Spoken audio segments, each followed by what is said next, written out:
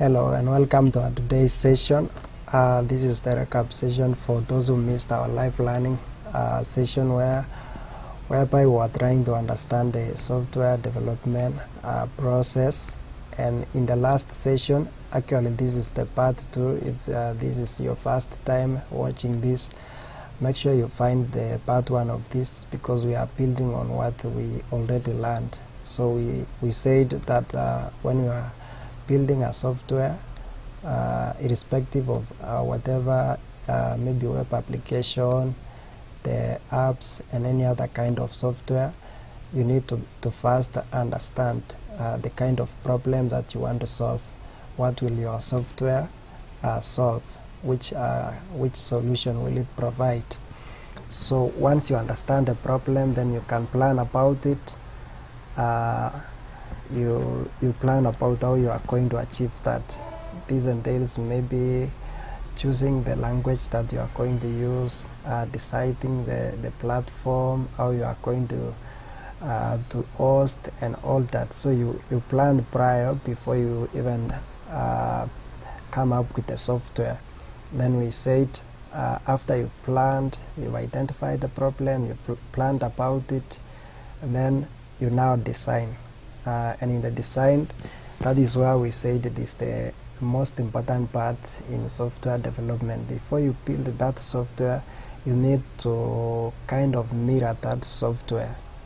You build a blueprint of your software. It can be in a piece of paper or in softwares. We have softwares that we use to design. So it is the most important part. You can actually see your application even in a piece of paper before you do the real programming. So after you are satisfied, you've drawn, you've sketched how you want it to look like. Maybe it is a web application, how you want that application to look like. Then you can convert it to a real software. Now in the coding part, and after you've coded, you test the application to make sure that it accomplishes what you had in mind, or the problem that you are solving. And then you can now deploy or take it to the users for them to use the software, and then they can give you feedback, from which you can update the software, you can maintain, or you can go back to the drawing board to start again. And remember, in our last session we said that this process is iterative.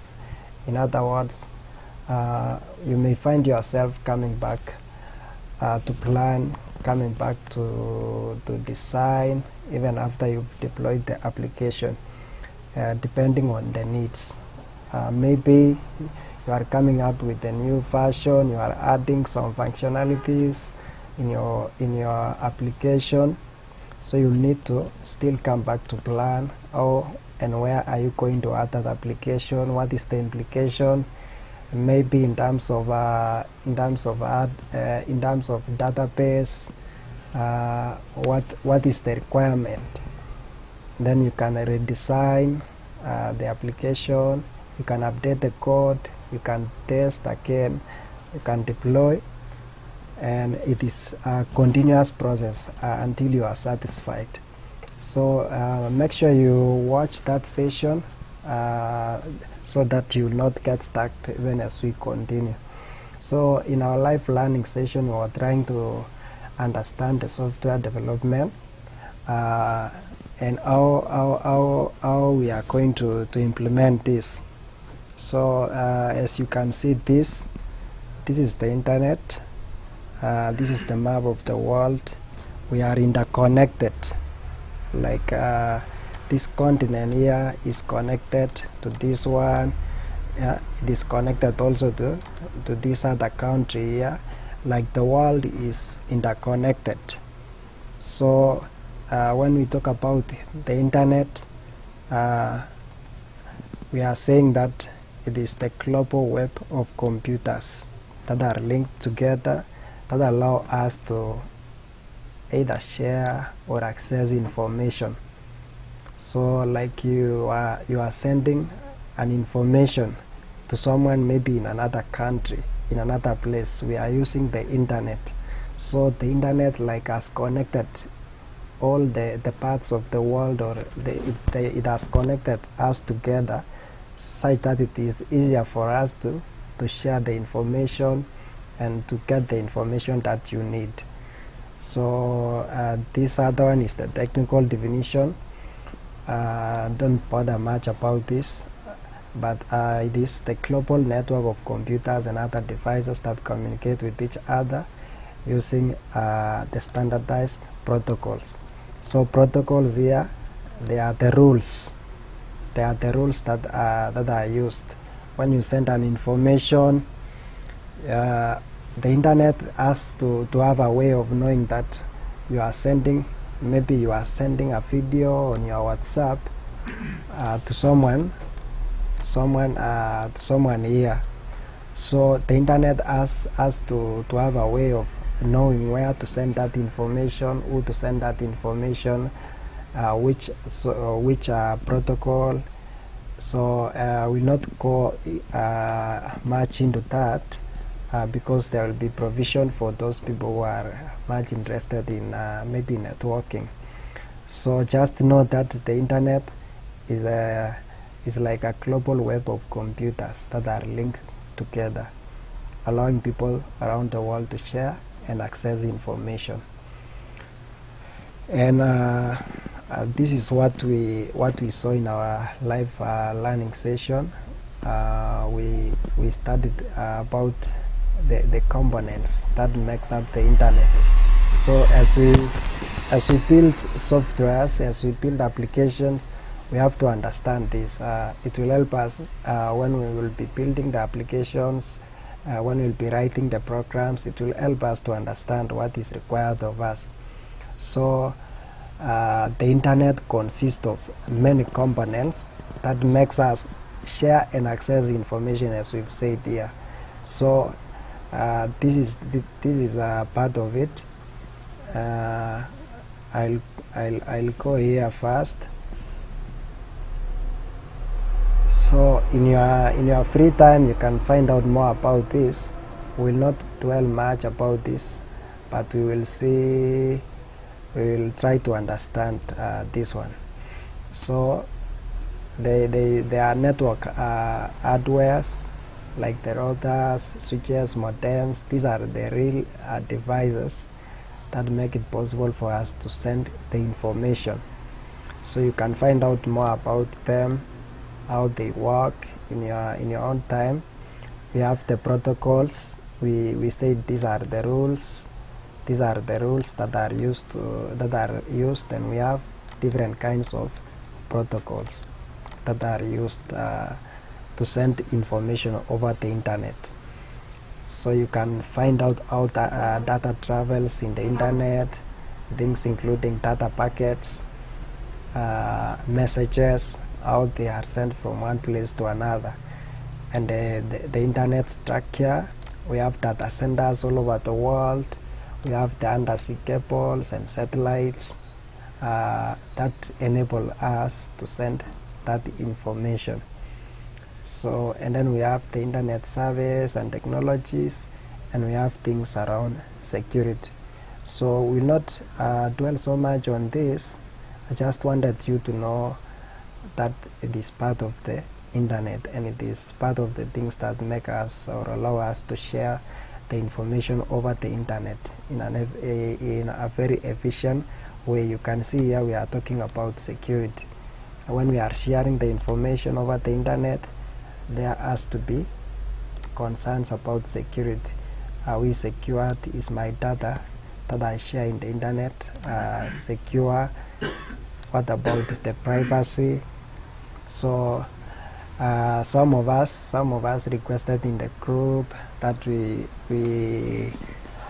maybe consider the topics on cybersecurity, and this is where it will come in, and we will communicate that in the group.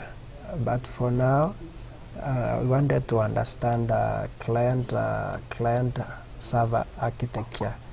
So when you are accessing the information over the internet, maybe in your PC, maybe in your mobile phone, maybe in your computer, you are the client.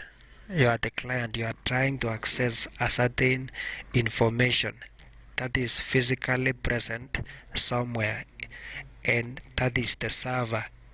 Like you are trying to download a file. That file is physically present in a server. It is physically present in a server. So as you try maybe to download a file or to send an information, you are the client.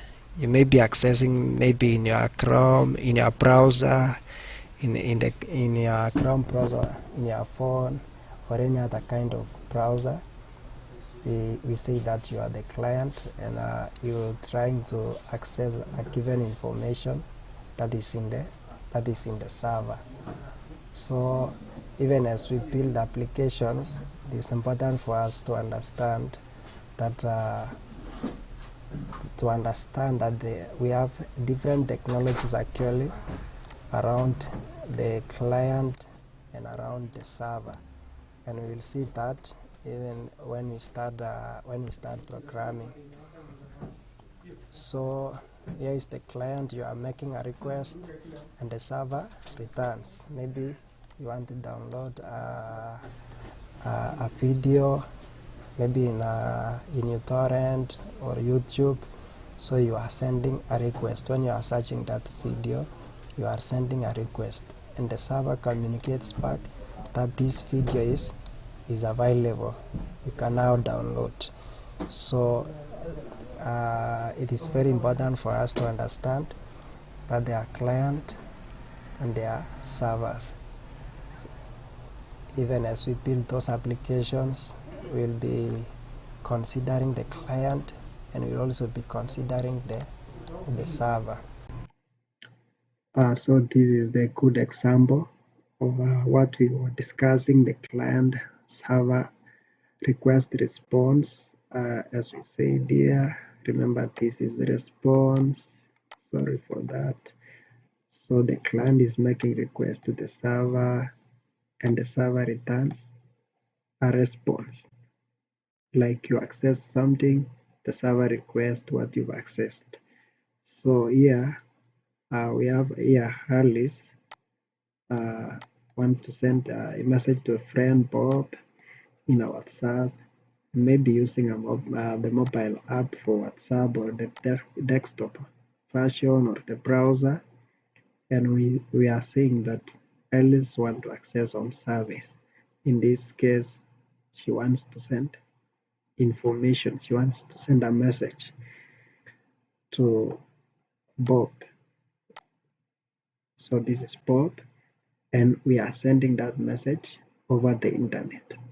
So once Alice sends that message, the internet will communicate with the servers that was WhatsApp us, and these servers as the rules that we were talking about that will know that this message is supposed to go to Bob and not any other person. Remember, WhatsApp has so many number of users. So the rules in the server, which has also the information, the contacts of all the users, their locations, and many others. Once Alice sends message over the internet, it will communicate to the servers, and the server will return that information back. That yes, Bob is found. It will return to Alice that yes, Bob exists, or in other cases, maybe it's not a registered user, so Bob exists. Then Alice can send that message. Then Alice can send that message. Once Bob receives the message, it will go through the same process if you want maybe to send the feedback. So you will know that message came from Alice and not any other person, and you can use the same process to send feedback. So that is how it works. this example of client server. Remember, in this case, both of them are clients trying to access the service which is in the server here. So this, like Alice is sending a message, and the server is determining if Bob exists or is registered user. If yes, it returns maybe yes, you can send a message, Alice can send a message, and the same process repeats itself. Going back to this is what we were considering in our last session. Remember, we were giving a list of the artists that we maybe think that they are the best artists. We were asking our users to reply with their favorite artist, to reply with the number. But remember, we were also asking them if in any case they feel that this list here doesn't contain their favorite artist, they were to reply with 98, and after that they were to give us the name of the person that they thought maybe should be in this list or their favorite artist. But there was a problem. If you can remember in our last session, once while the program is running, you can see that Steve Crown is part of the list. But once we run this program, if we run this program right now, you'll find out that only the singers that we had coded will be given will be given as part of the choices, but Steve Crown will not be given. Why? And yet we have given here. So the problem was we did not add the database. So there was no place where this information was stored. It was just in the memory of computer while the program was running. But once that program ends, the information about it will be discarded.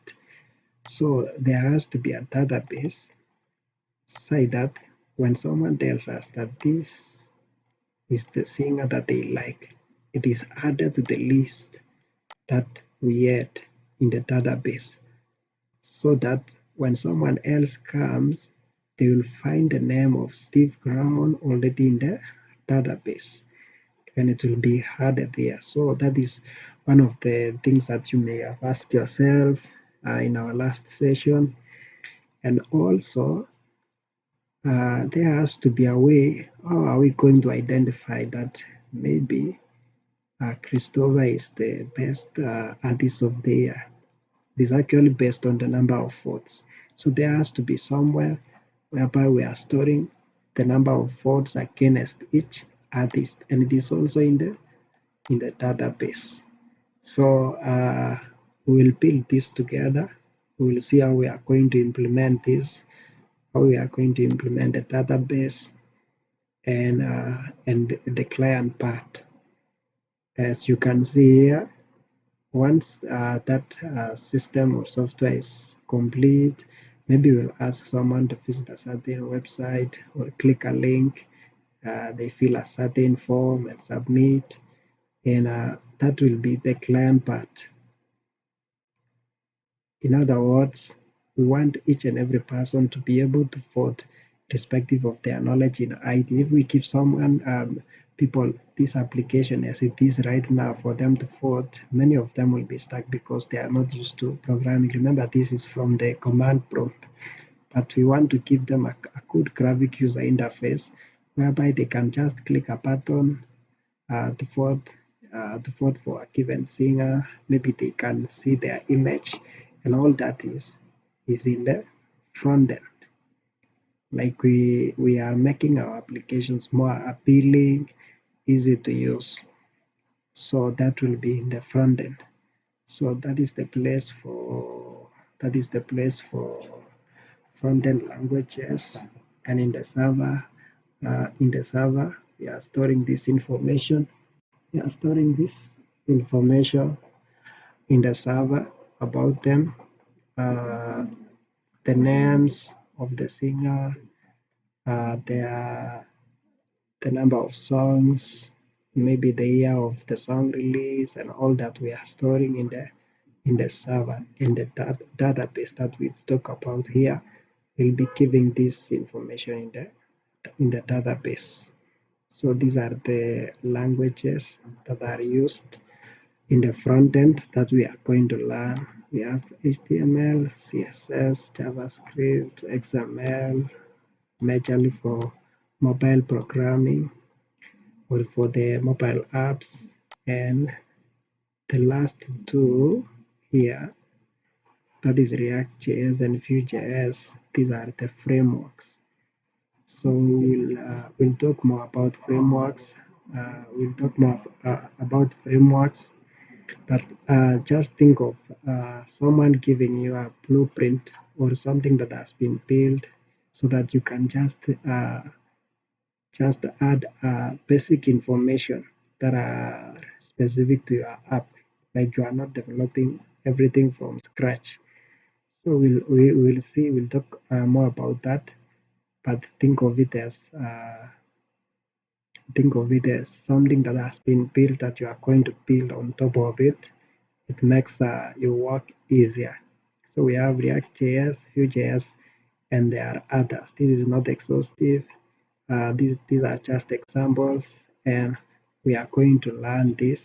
We are going to learn this, and in future or after this, if we decide to go to Android programming, because we will discuss together in our group, then we will come across XML. And in the server side, whereby we are going to write the rules that we've been talking about. These are the languages that you can find in the server side. We have the Python, PHP, Ruby, Java, C Sharp, and there are many other languages. So, and we have also the frameworks, as we said, this and this and this. This is .NET framework. This built on C Sharp, Node.js framework. We have a Django framework that is based on Python. We have like Laravel in PHP and many other. So we are going to learn this. We are going to learn Python language. We will learn Django web framework, and this one is for the database, the SQL. We are going also to learn this so that, as we have said here, we can add the information in the database. So we are going to see how all this is combined together to come up with a software or a web application or any other software application. So this is how we are going to learn. This is our learning part. We are all going to learn Python. After we've understood Python, we'll code to HTML, CSS, JavaScript, the basic part of it. Then we'll learn Django here. And while learning Django, I will introduce you to Bootstrap and SQL. Bootstrap is like a library that someone has built that you don't have to write all these HTML, CSS, and JavaScript, everything. You just have to configure this library, and in a few lines of code, you can come up with beautiful animations, patterns, and all that without necessarily writing everything from scratch. So I'll show you how to go about it, and we will see how Django manage the database, how we are going to design the database. And here, remember, after learning Python, there is this part for pathways. Some people who are interested in cybersecurity, data analytics, machine learning. So we are still planning. Maybe if you want to build a game, we are still planning about this. We'll tell you once we reach that part how we are going to go about it. because we are going to go to learn this, while some people may want to learn, may want to use Python in a different way than maybe we intend to build a web application here. So that is it for today. In your own time, find out more about Python, the uses, and the features, so that even as we think about this, after we are done with this, we are going to build applications together. We are going to build softwares after we've understood Python, Django, and all this. We are going to be building applications, the softwares that we've talked about together. So it is important for you to understand the uses of Python, so that when we start building uh, applications, you can be having even some considerations. Remember, we are agreeing together on the applications that we want to build in our group. So once again, I want to thank you for watching this. Thank you for being part of our group. If you are not in our WhatsApp group, please find it in the description for this video, and also our last video, because this is part 2. Make sure you watch the two of them, so that when we start the programming part, you will not be stuck. So make sure you watch the two of them. If you have any issue, raise it in our WhatsApp group. We'll respond to it accordingly. So thank you so much. Make sure you subscribe to our channel, and have a nice time.